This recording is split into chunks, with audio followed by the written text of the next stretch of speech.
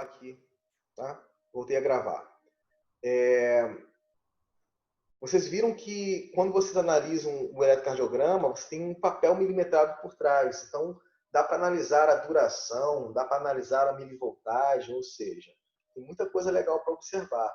E essa informação, eu não sei se vocês conseguiram pegar lá através da videoaula, mas eu expliquei para vocês que eu poderia pegar um quadrado maior desses que estão aqui destacados em cinza e avaliar o que ele tem para me apresentar, né? Vocês viram lá que nós temos comumente uma regulação, uma normalidade desses valores, né? Geralmente nós temos 1 milímetro em 0,04 segundos, geralmente a altura é de 0,1 milivolts, e isso vai ajudar daqui a pouco na medida da frequência cardíaca por vocês, tá bom? A Beatriz está perguntando aqui se eu posso repetir a explicação da última pergunta. Posso sim, claro, querida. Vamos lá. Deixa eu voltar aqui. O colega havia perguntado se haveria algum tipo de interferência sobre a atividade parasimpática diante do uso do beta-bloqueador, daquele medicamento. Eu estava mostrando exatamente que a função do bloqueio beta é impedir que esse receptor beta-1 seja acionado. Então, não preciso mexer com esse lado aqui parasimpático, não. Eu só vou interferir naquele que poderia estar aumentando a frequência cardíaca. Se eu bloquear a informação que chega através da atividade simpática, de um nervo simpático, eu já tenho condições suficientes de reduzir a frequência cardíaca só por esse motivo.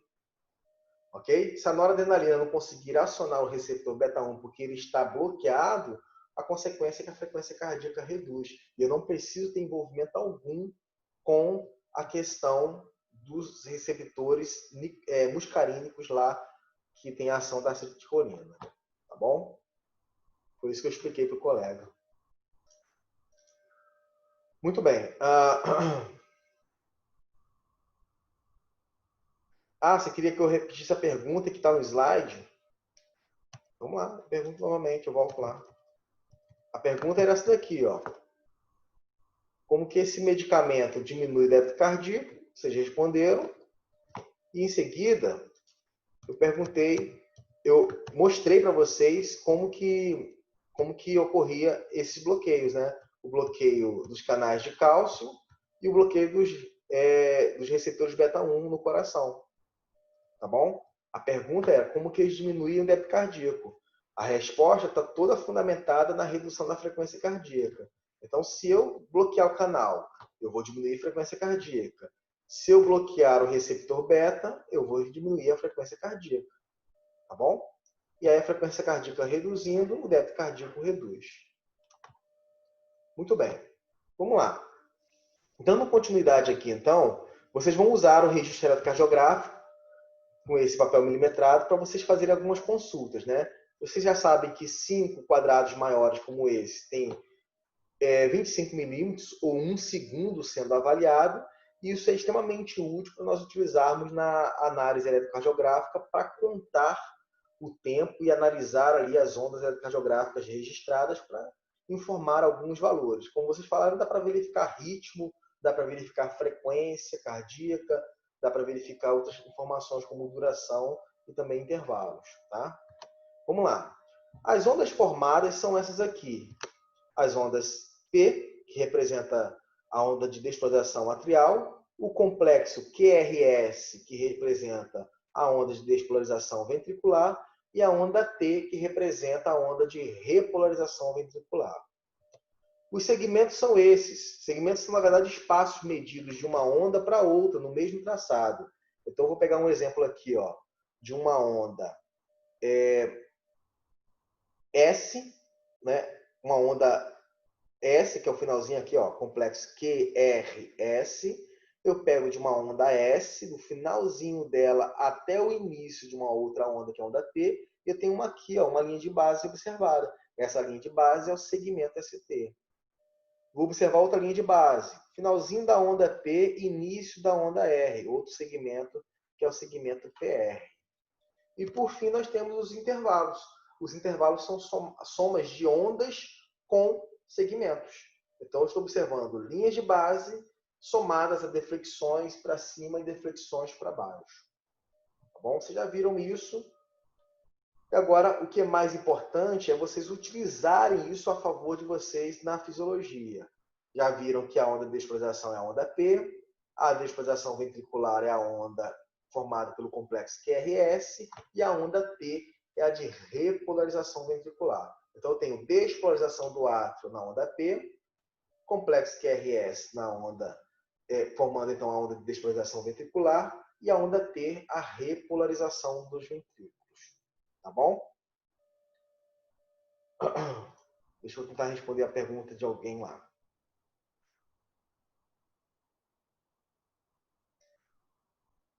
Isso, a Lara está fazendo uma observação aqui, mas é isso mesmo, tá, Lara?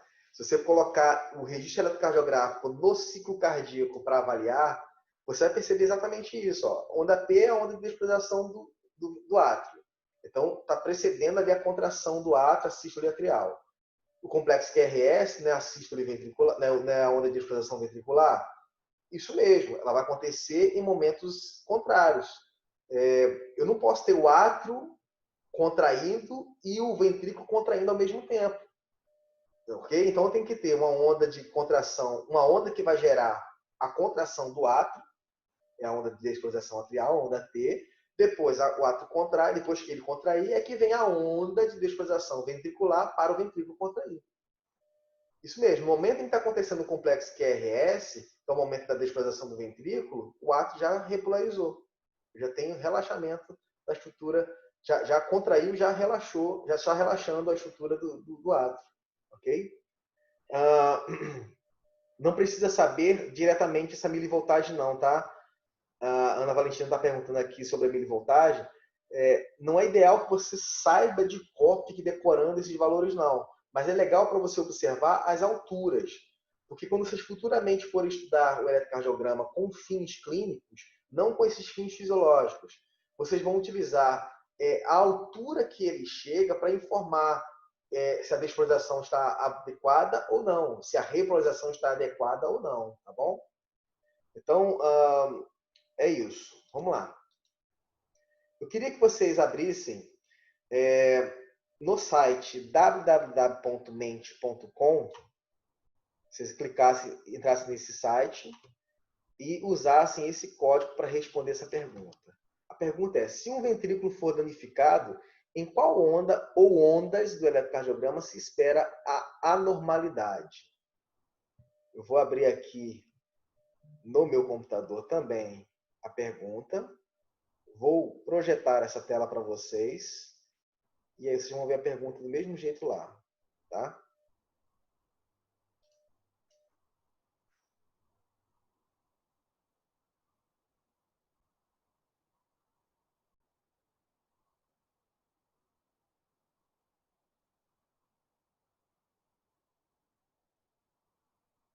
Lohan, não, olha só. Onda P, acabei de fazer onda P, onda de despolarização atrial. Complexo QRS, todo o complexo, significa despolarização ventricular.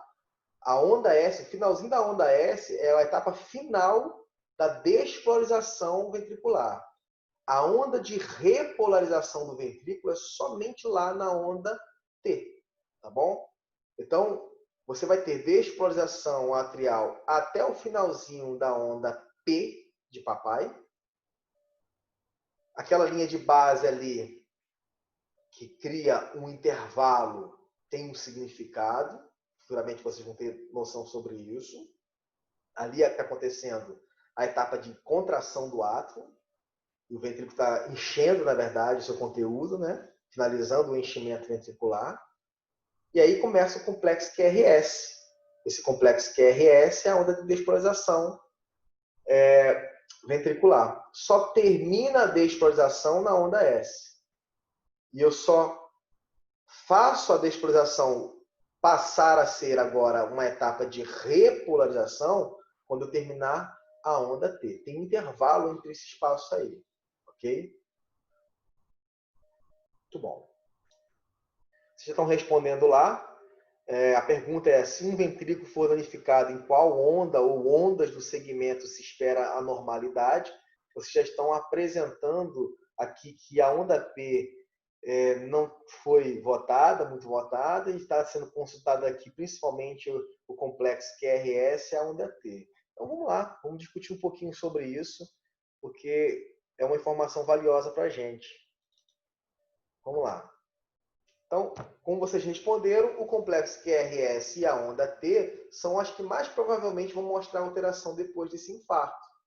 Depois que danificou, pós o infarto, a alteração indicativa de dano inclui, então, algum comprometimento ali do complexo QRS. Geralmente as pessoas encontram o alargamento da onda Q, né? Ou um deslocamento para cima ou para baixo do segmento ST. Okay? A partir da linha de base, o segmento ST pode estar para cima, chama-se supradesnivelamento ST, ou infradesnivelamento ST, se estiver para baixo. E uma inversão da onda T, que chamam de onda U. Né? Essas características são todas relativas ao ventrículo. Então, se o ventrículo for danificado, no eletrocardiograma você espera a normalidade do complexo QRS ou da onda T. Ou um ou outro, ou os dois podem aparecer, né? Como vocês perceberam, ó, eu posso alargar a onda Q, posso deslocar o segmento ST, ou eu posso fazer uma inversão da onda P. Isso vai ser observado. Então, vocês estão corretos na hora que vocês escolhem as duas alternativas ali para votar mais. Ok? Vamos observar esses intervalos. Eu tenho um intervalo aqui chamado intervalo PR. O intervalo PR ele é do começo da onda P, ou seja, o início da despolarização atrial, até o fim, passando pelo fim dele e iniciando a despolarização ventricular. Ó. O intervalo PR, intervalo. Ó. Eu somo uma onda com uma parte do segmento, ok? Então, eu tenho um intervalo do começo da despolarização atrial e o começo da despolarização ventricular. E tenho aqui a característica de ser um momento no qual há uma passagem do impulso elétrico pelo nódulo atrioventricular e feixe de His. Esse é o momento em que aquela onda elétrica que saiu do nosso nasal já passou pelas fibras internodais, já alcançou, então, o nódulo atrioventricular, e do nódulo atrioventricular esse impulso elétrico está passando em direção ao feixe de His, aquele feixe formado pelas células as células autoexcitáveis na região do septo ventricular. Ok? Vamos observar aqui. O que vocês acham que tem de função em relação a essa característica? Ó, indique uma função do nó atrioventricular e explique o propósito de um atraso do nó atrioventricular. O que vocês acham que é a principal função, ou uma função pelo menos? Indique uma função aí do nó atrioventricular e explique por que eu tenho que atrasar o impulso elétrico desse nó. Qual é o propósito de atrasar o impulso elétrico nesse nó?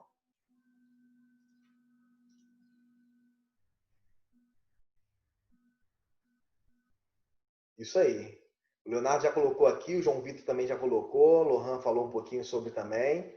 É exatamente isso, pessoal. A ideia é essa, é atrasar. Eu não posso ter uma contração ventricular simultânea a uma contração atrial. Uma função do nosso atrioventricular é conduzir sinais elétricos dos átrios para os ventrículos, e o principal propósito do atraso é promover exatamente um atraso da sístole atrial em relação à sístole ventricular, evitando então que aconteçam muito próximos, prejudicando então aquele ciclo cardíaco. Como eu sei que o ciclo cardíaco depende de contrações atriais muito bem organizadas para injetar o último volume de sangue, o volumezinho final que precisa ali em direção ao ventrículo, e as contrações ventriculares também são necessárias para injetar o resto de volume em direção às artérias, eu tenho que ter, na verdade, um controle disso no ciclo cardíaco. Não pode acontecer aleatoriamente. Tem que acontecer de uma forma bem organizada. Por isso que eu tenho esse atraso, para não ocorrer contrações simultâneas. Bom, e aí pensando um pouquinho nisso, nós vimos que ali embaixo tinha um intervalo, esse intervalo que eu mostrei para vocês, chamado intervalo PR. Volta lá no Mentimeter, por gentileza, e me respondam o que pode fazer esse intervalo, por exemplo, alargar, e o que ele revela. Qual que é o objetivo de aparecer esse intervalo? Eu vou compartilhar aqui mais uma vez a tela do Mentimeter. Vou passar para a próxima pergunta. Opa. Eu acho que acabou saindo errado aqui. Não tem problema não. Vocês podem responder aqui mesmo no próprio slide, tá? Pode responder através do nosso bate-papo o porquê que vocês, o que vocês têm de resposta em relação a essa pergunta. O que o intervalo PR revela e o que pode fazer é largar.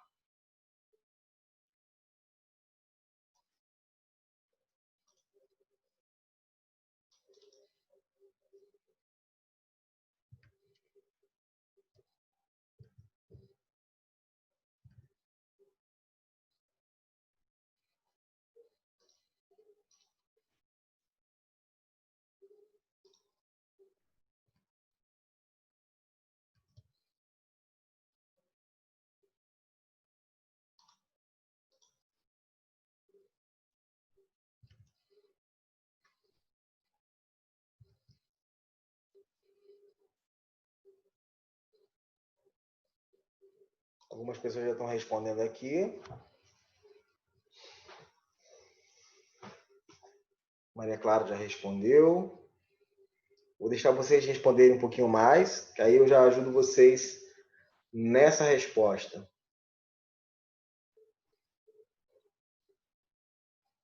João Vitor também já apresentou uma resposta aqui, mas estava me perguntando também. Afirma aí, João Vitor.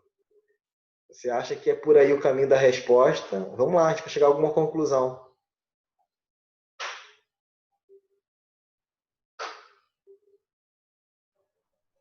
Leonardo também colocou uma observação interessante, mas no finalzinho até fez uma pergunta se poderia afirmar se é um problema de condução. Vamos lá, vamos chegar a essas respostas para vocês. A resposta é a seguinte, ó, o intervalo PR ele está revelando o quê? A condução dessa eletricidade do nó ventricular para o feixe de risco. Vocês já viram que é isso. Então, se o intervalo PR estiver alargado, eu estou demorando muito neste intervalo, ou seja, entre a onda P e a onda R, está demorando muito a acontecer a onda R, está demorando muito chegar aos eventos ventriculares, pode ser resultado de um problema, sim, de condução do nó atrioventricular e no feixe de His. Isso pode ser um bloqueio, certo? Na condução de eletricidade. E isso é perigoso, ok? Geralmente, vocês vão analisar isso com intervalos PRs alargados, ok? Bloqueios importantes a nível cardíaco.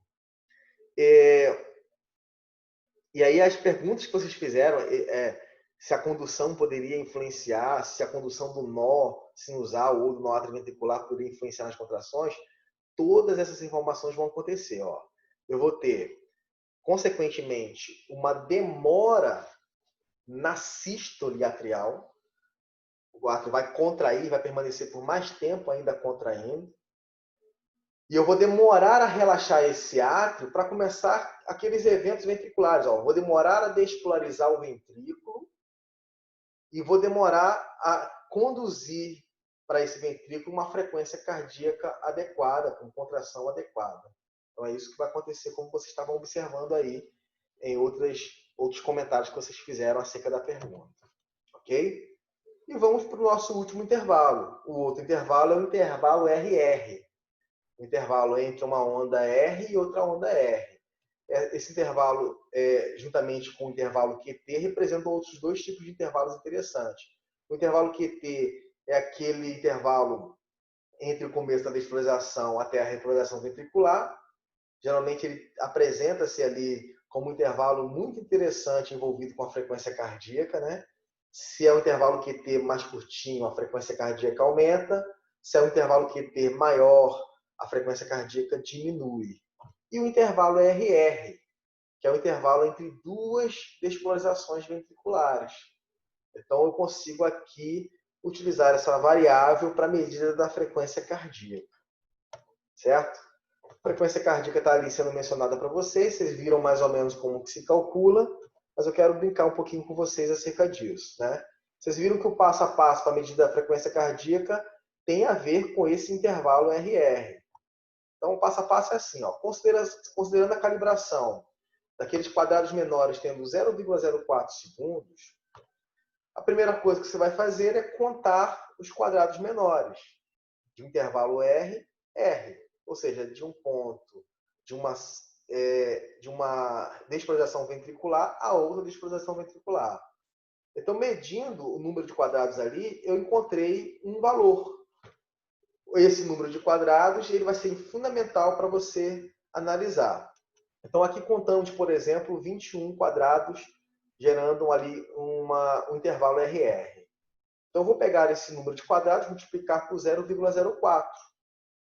Então, vou pegar esse valor de 21 quadrados, multiplicar por 0,04 e vou encontrar esse valor de 0,84.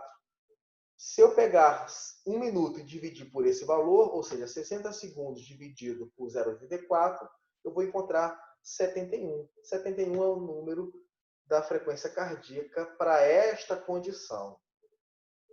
E aí, por que eu ensinei isso para vocês e por que nós observamos isso? Porque isso é uma variável biofísica, bem simples.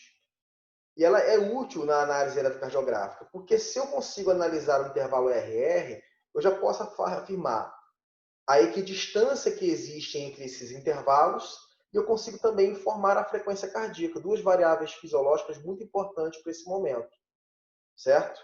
Então, vamos lá. Eu tenho aqui, ó, esses dois intervalos. Eu vou colocar para vocês aqui o resultado desse, né? O intervalo RR de 4 quadradinhos de diferença. E eu, automaticamente, ao calcular, eu vou observar que eu tenho uma frequência cardíaca enorme, 365 batimentos por minuto por conta do cálculo desse resultado.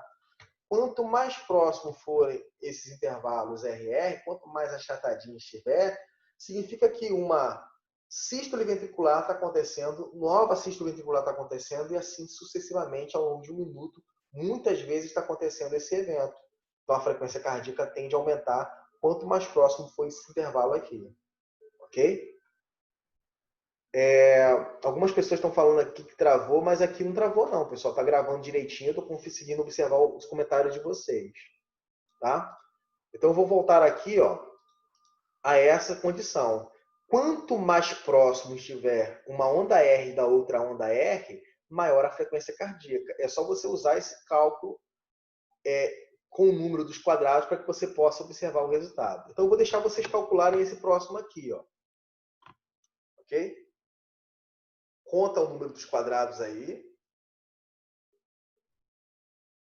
E faz todo o cálculo. Lembrando que eu estou fazendo uma correção de um quadrado menor desses, valendo 0,04 segundos.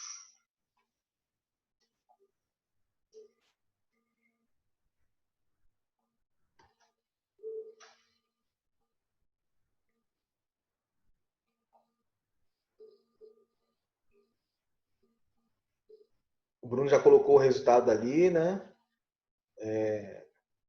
O importante é que vocês estejam com capacidade de contar para calcular.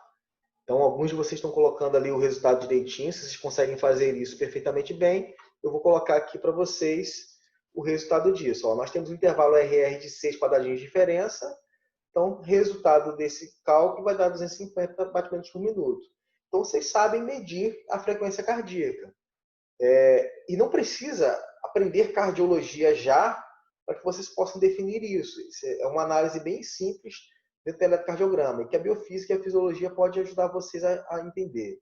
Eu vou colocar aqui outros resultados, mostrando para vocês que quanto mais distante uma onda R fica da outra, menor vai ficando a frequência cardíaca. Ó, um intervalo de 11 agora, ao invés de 6, vai fazer com que você tenha 136 batimentos por minuto. Um intervalo RR de 16 quadrados menores de diferença já coloca a sua frequência cardíaca dentro de uma condição de normalidade, ó, 93 batimentos por minuto. E, como nós observamos anteriormente ali, ó, tipicamente 21 quadrados menores de intervalo, RR, vocês vão ter ali cerca de 71 batimentos por minuto. Ok? Esses resultados podem ser exatos ou podem ser aproximados, né? Mas o importante é vocês treinarem o máximo possível o olho acerca dessas observações para calcularem, ok? Aquelas pessoas que estavam com problema na transmissão conseguiram já observar o resultado? A faixa de normalidade é de 60 a 100 batimentos por minuto, tá? De 60 batimentos, de 60 a 100 batimentos por minuto é dito como normal. Nesse meio, a média fica ali em torno de 70 batimentos por minuto, 70 a 72 batimentos por minuto. É a média, porque geralmente tem 0,84 segundos de um RR a outro, de um R a outro R. É o que geralmente aparece como resultado. Então, as pessoas mantêm mais ou menos essa frequência cardíaca aí, é uma frequência cardíaca bem normal, ok? 71 batimentos por minuto está ótimo. Então, eu vou começar a fazer algumas perguntas para vocês em cima disso, tá? Alguém tem alguma dúvida de como fazer isso? Tá todo mundo tranquilo em relação a esse cálculo? Vamos lá, vou perguntar para vocês aqui, ó. Vocês agora se coloquem na posição de receber de um paciente um eletrocardiograma, um resultado. Vocês solicitaram esse exame e agora vocês querem analisar algumas variáveis. Independente de você estar investigando a doença, é muito importante que você comece a investigação do paciente sob o ponto de vista de parâmetros fisiológicos. O que faz você identificar se tem algo anormal é você conhecer muito bem o que é normal. Então, você vai fazer perguntas bem simples na análise eletrocardiográfica, ok? Então, vamos lá. A situação vai ser a seguinte, ó. Ao administrar um beta-bloqueador dos canais de cálcio, bloqueador do canal de cálcio, e beta-bloqueadores em um paciente, o que ocorre com aquele intervalo RR, que nós falamos anteriormente? Vocês viram lá que esse intervalo RR ele tem envolvimento com a passagem do impulso da região atrial para o ventricular.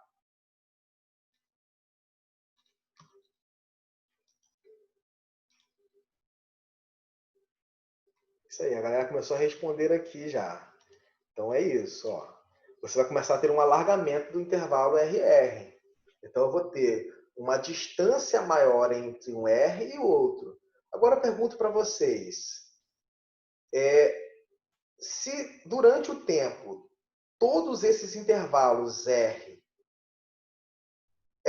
estiverem em uma equidistância adequada e eu estou mantendo a frequência cardíaca como normal, tem alguma coisa de errado nisso? Se a frequência cardíaca ela diminuir, mas ela ficar ali em 65 batimentos por minuto, tem alguma coisa errada em relação a isso? Não. Se a frequência cardíaca era 70 batimentos por minuto, ficou com 60 batimentos por minuto, tem alguma coisa errada? Não. Agora, se a frequência cardíaca passar a ter um resultado inferior a 60 batimentos por minuto, isso já nos preocupa um pouco mais. Tá? Mas não tem nada de errado em relação a isso. Eu estou controlando somente batimentos cardíacos. A última informação que tem é sobre os segmentos. Eu vou treinar vocês um pouquinho em relação às perguntas que eu fiz.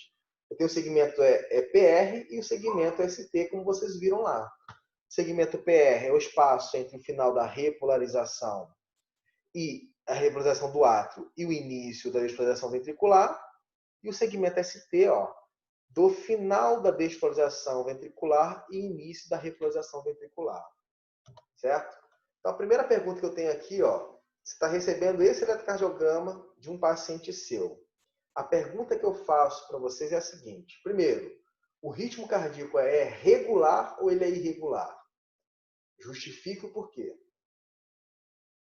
Segundo, esse indivíduo é normocárdico ou não? E justifique.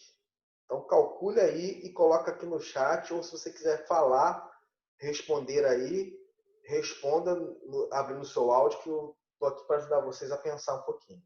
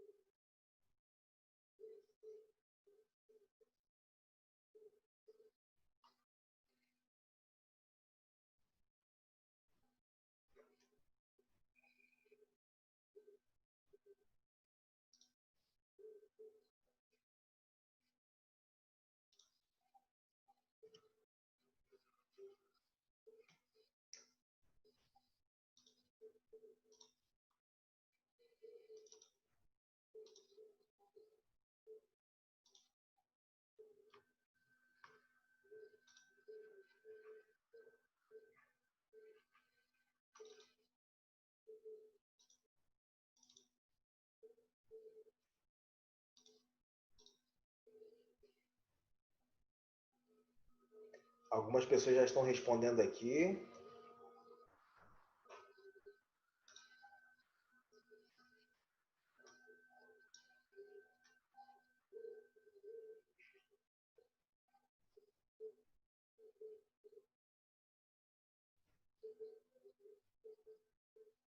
Perfeito.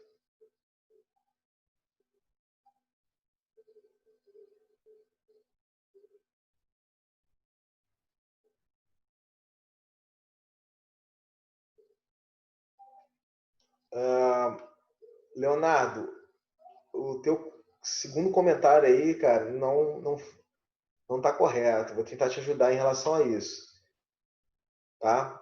A, a sua observação aí não está correta em relação à frequência cardíaca, tá? Eu vou colocar aqui, então, a partir de agora eu vou tentar ajudar vocês a responder. Vocês que colocaram, alguns de vocês colocaram que a regularidade do ritmo cardíaco se dava ali pela distância entre uma onda R e outra, né? Vocês justificaram por ali. E justificaram a normocardia fazendo o cálculo da frequência cardíaca, contando os quadrados menores e calculando como vocês fizeram anteriormente. Então aqui nós vamos observar, ó, que o ritmo cardíaco, sim, ele é regular, porque existe uma equidistância entre o intervalo R e R, ok? E ele é normocárdico, porque se você avaliar ali, ele está com a frequência cardíaca entre 60 e 100 batimentos por minuto. Nós temos ali 21 quadrados de diferença e tem 71 batimentos por minuto. Similar da mesma forma que aquele resultado que nós observamos anteriormente. Então, isso aqui é um caso extremamente de normalidade do eletrocardiograma. Ritmo cardíaco regular e normocárdico. Isso já tem uma base, quase que 50% da análise do eletrocardiograma convencional, do que você faz de forma convencional, inclusive na hora de laudar os eletrocardiogramas. Com um ponto de vista fisiológico, você já sabe que o tempo para sístole, o tempo para diástole, o ciclo cardíaco, a despolarização atrial antecedendo a despolarização ventricular, tudo está acontecendo. Além de você observar pela equidistância do intervalo RR, para falar que se é regular ou não é regular, é muito importante você definir que sempre tem onda P, que antecede o complexo QRS, e depois eu tenho a formação de uma onda T. Isso é muito importante, porque se você não encontrar uma dessas ondas, ou encontrar ondas diferentes, automaticamente você começa a ter prejuízo em relação a essa observação de regularidade. Ok? A Carolina perguntando aqui, ó, se os intervalos RR forem distantes e a onda T em intervalos diferentes, o ritmo cardíaco seria irregular? Seria irregular ainda assim.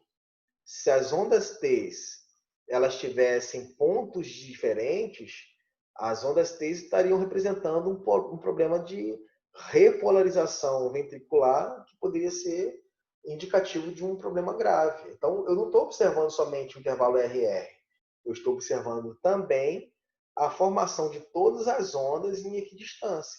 Porque se uma está equidistante, o R está equidistante do outro R, eu também deveria encontrar outras ondas também equidistantes uma das outras. Vamos para outra situação. Outro eletrocardiograma para vocês. A imagem está um pouquinho desfocada no fundo, mas dá para calcular, ok?